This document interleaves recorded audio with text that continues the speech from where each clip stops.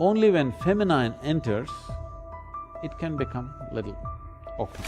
The imagery or the symbolism is most significant aspect of the 10 days. Once you do that, the next day is victory. now human intelligence is functioning in a very unifying way.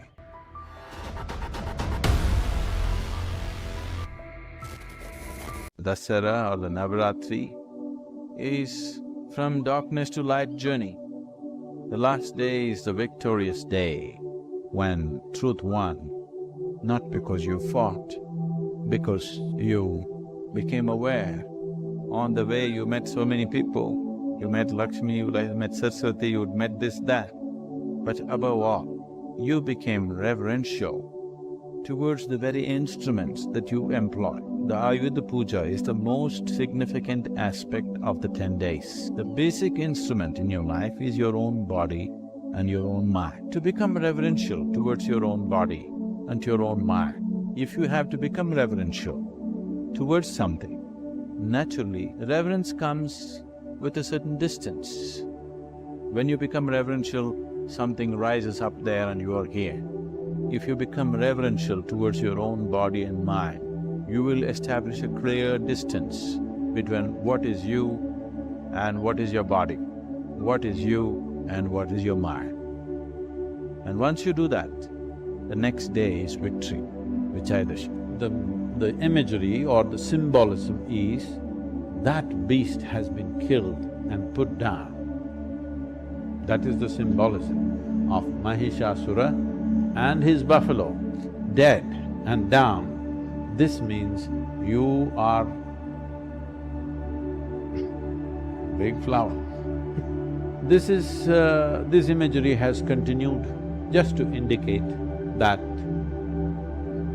the bestiality in a man, the beastly nature, the animal nature in a man, because you didn't drop from heaven as some people believe, you evolved. The qualities of an amoeba, an earthworm, a grasshopper, a buffalo, every kind of beast that evolution went through, elements of those qualities are still with you. So, these are all compulsive tendencies. Even modern neurology recognizes that one part of your brain is that of a reptile. There's a reptilian brain which is approximately the size of your fist. So, the evolutionary process, the modern neurology recognizes that there is a part of your brain which is reptilian. That means it's at that stage of development, which is instinctive and does things in a certain way.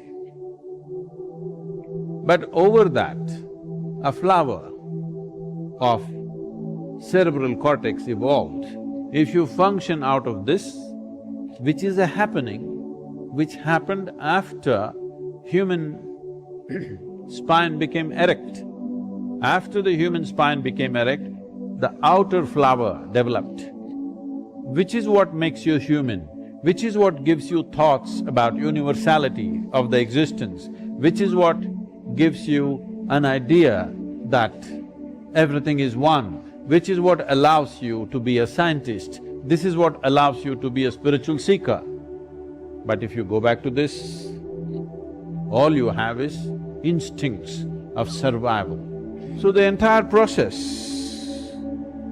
the human effort through education, through spiritual process, through meditation, everything is to move away from this and function from the outer dimension, which is a more recent happening, but this gives you a sense of seamless way of approaching life. If you go to the reptilian brain of who you are, fixing boundaries is all that you know. So whenever you are having problems with people around you, always wanting to fix your boundaries, this is mine, this is yours, my space, my air, your air. When it comes, you must know you've gotten here. Now the spiritual process, the yogic dimension is looking at how to make this, because if you function only from one aspect of your brain, it'll work, but not enough, you're not using all of it. There is evidence to show that the reptilian brain can become more transparent and starts communicating with the outside part of the brain. There are experiments, there are studies which show that with certain practices of meditativeness, reptilian brain, which is always about fixing boundaries, will begin to communicate with the outer part of the cerebral cortex and it function as one brain. It opens up.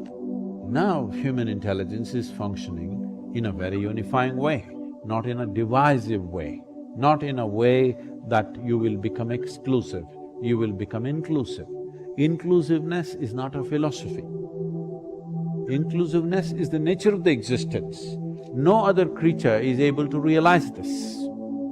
They're all busy fixing boundaries. So, the symbolism is also this, that when masculine exists by its own nature, it naturally lives instinctively. That means this.